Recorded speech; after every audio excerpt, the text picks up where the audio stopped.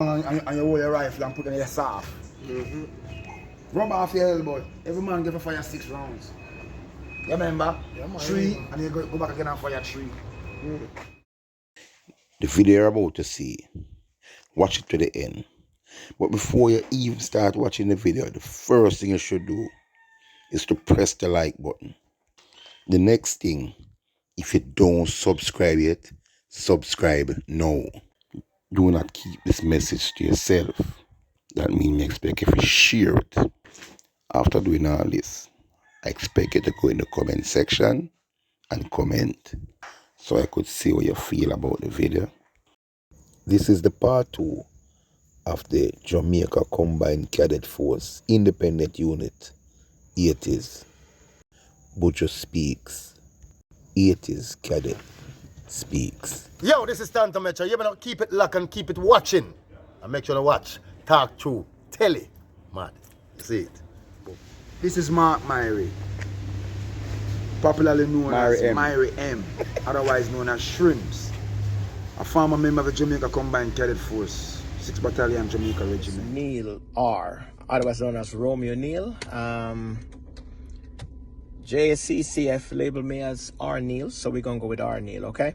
Anyway, who I was back then as a member of the JCCF, the Jamaica Combine Cadet Force. My life started out in Jamaica as a youngster. I was raised and in the city called Waterhouse, Kingston 11. I never have the luxury of a lot of the uptown kids. We raised poor. We were never hungry, but chicken back and turn cornmeal was the order of the day, and running a boat or something like that to stay afloat. My parents, they're good people. They tried their best. And they gave me what they had, which was the best at the time. And I'm grateful because of that. Out of all the family, I was one of the most disobedient one. Out of all the brothers and sisters, eight brothers and sisters together. And I was one of the most stubborn, hard-headed, don't listen to nobody, don't care. Just a kind of rebellious kind of spirit, like, you know. I was just there to tear down and not to build up, put it that way. And my future wasn't looking good as a result of that. I wasn't aware of that until my father, my mother, they didn't know what to do with me at the time. And so we had a soldier that used to visit his grandmother across 2 doors down from where I was living at the time. And so my father figured it was a good idea to get the soldier to talk to me. And I didn't want to listen. I just tell him, look, when he come, I just deal with him. But when I saw the guy, this guy, I don't know what he ate, what was going on in military training back then, but this guy looked like Hulk. It's one of them guys, if you see him in uniform without a rifle in his hand and he says, stop, you're going to want to just stop. And while you stop, you're probably going to want to confess everything that you have done back then. Whether it be good or bad, is a guy that drives fear just by looking at him. Who remember those days when soldiers used to look like that? Anyway, it was one of them things that he came to the house after I came from school that day, and he wanted to talk to me, and I knew it was the soldier that my father described. I can look. And he said to me that, look here, son, you're going down a wrong path. And I'm here to save you, even if I have to break you in the process to save you. I didn't know what the hell that was, but all I know is that he was talking bull crap, you know. But anyway, he said, look, I'm not going to ask you because I get full permission to whip your ass if I have to. Your mama, your daddy give me full permission to discipline you. So I am going to be the next guy to discipline you in whatever form or shape I have to do it in. He didn't have to say nothing more to me when I heard that, because I know darn well I'm in hell. And this man come to torment me, you know. But anyway, he told me that I have an option. And it is not for me to even think about it. I need to get dressed after leaving school on Tuesday, find my way up our camp, come at the front gate there, get up with the MP and ask for him. And he was going to take me down to the JCCF headquarters. I did exactly what the guy told me to do. I didn't want no piece of that dude, you know. So I was there, present myself there to the JCCF along with him. He introduced me to, it was a Sergeant Bruff at the time, and Adult Under Officer Edwards. That is what, I think that was his title then at the time. Now, I fear these men even more as I fear the soldier, because these young men, man, they look like they're about to kill somebody, you know. I just didn't know what to expect. I thought it was more like scouting because I was in scouting before, and I thought that it can't be harder than scouting. I can attest to the greatness that being a member of the Jamaica Combine Cadet Force has done for me. It has molded me into the person I am today.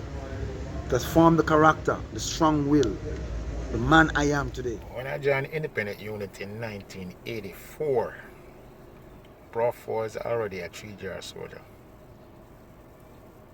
Edward was captain,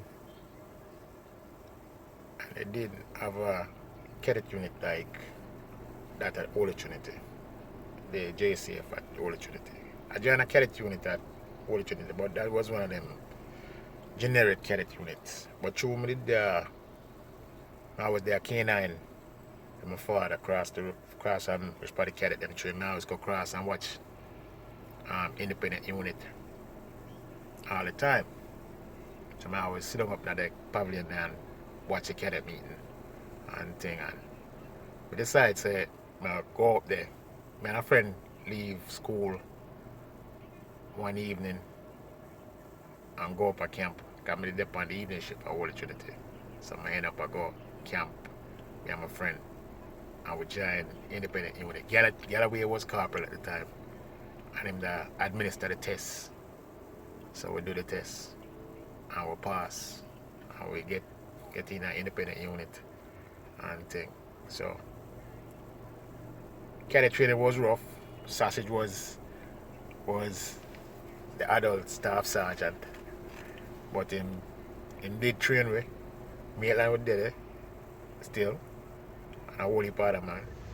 In an age where we're being feminized and the feminization of the black man is so rampant, I want to thank all the brothers from Independent Unit who stood up because we know what we went through.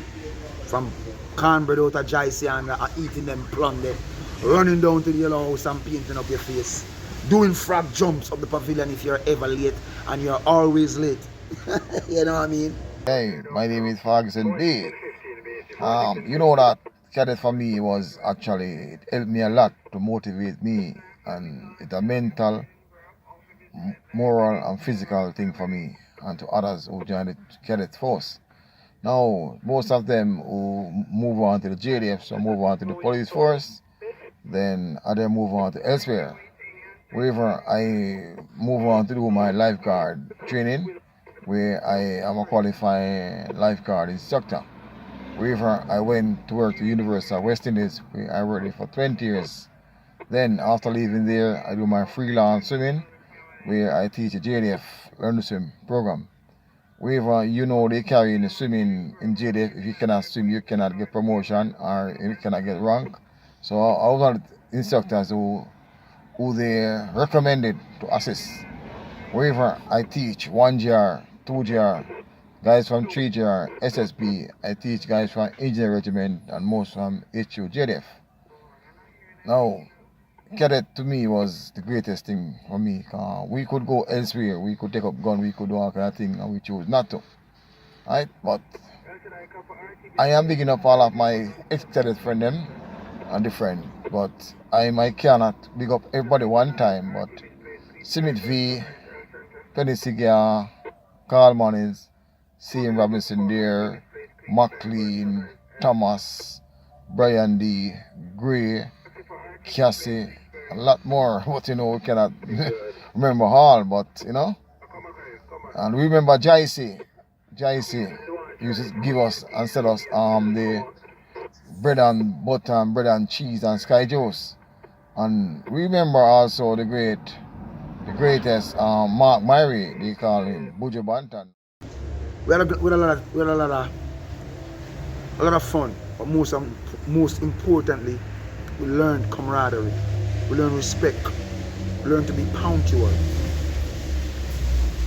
There's so much stuff. I could go on and on, the full has never been told.